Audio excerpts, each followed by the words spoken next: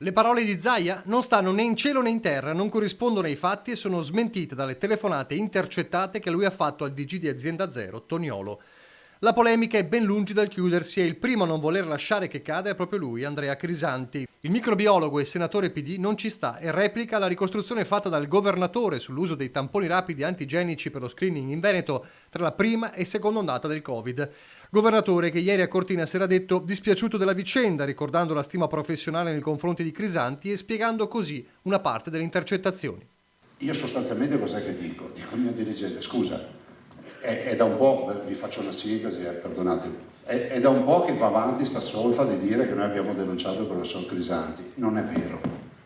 E più lo diciamo e più monta la polemica, più tengono in piedi sta roba. Al punto tale che il Senato accademico si interroga, giustamente, dice, cioè come, se denunciano un accademico. E poi scopro che nel momento in cui, dico, visto che la tengono in piedi non ci credono, attendiamoli alla fine, no? Perché poi vanno allo schianto quelli che sostengono questo, no? Perché non è vero che li abbiamo denunciati. I miei cos'è che fanno?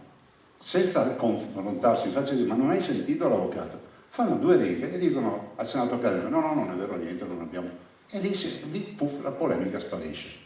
E io dico, mi sono preso settimane di polemiche, insulti, pedinamenti, nessun pedinamenti, che ti fermano da tutte le parti per dire, ma lei ha denunciato. Allora, noi non abbiamo denunciato nessuno. Dalle intercettazioni, continua Crisanti, si evidenzia chiaramente che per mesi ho rappresentato un problema e che finalmente Zaia aveva l'opportunità per schiantarmi. Trovo incredibile che in un paese democratico un presidente di regione utilizzi soldi pubblici ed eserciti tutte le leve del potere per attaccare un semplice cittadino che osa criticare la regione.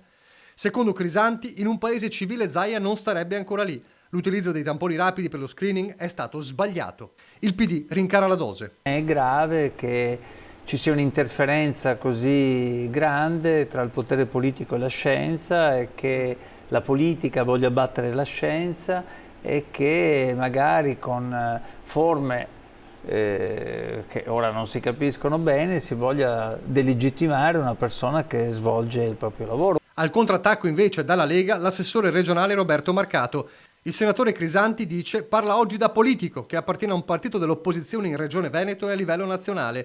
Crisanti continua la polemica per consolidare la propria fortuna politica. È facile, conclude, ragionare a oltre 2 anni di distanza elargendo consigli e reprimende. Oggi troviamo innumerevoli persone che ci dicono cosa avrebbero fatto per combattere il Covid nei giorni duri, ma tutte le opinioni vanno contestualizzate in quel preciso periodo storico in cui Zaia si è trovato spesso da solo e con enormi responsabilità a dover decidere.